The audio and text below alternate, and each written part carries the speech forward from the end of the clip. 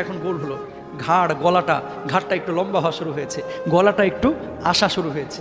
11 নম্বর সপ্তাহে চোখ কান এগুলো এটে যাওয়া বোঝেন না, একটু ভাষা অবস্থায় ছিল। 11 নম্বর সপ্তাহে এই চোখগুলো কানগুলো তার মাথার সঙ্গে চোখগুলোকে আল্লাহ সুবহানাহু ওয়া তাআলা মুখের উপরে একটু শক্ত করে এঁটে দেন, বলুন আল্লাহু আকবার।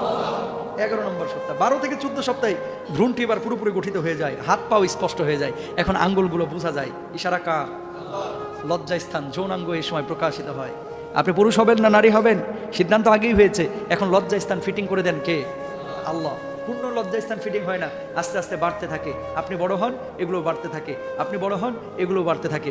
120 দিন লজ্জাস্থান এই অবস্থায় থাকার পর আল্লাহ রাব্বুল আলামিন এবার ফেরেশতাদেরকে ইশারা করেন, এই ও ছেলে হবে না মেয়ে হবে, এখন তুই মূল লজ্জাস্থানের কাঠামোটা তৈরি করে দে, আমি আল্লাহ রাব্বুল আলামিন তোর আদেশ করলাম। বলুন সুবহানাল্লাহ।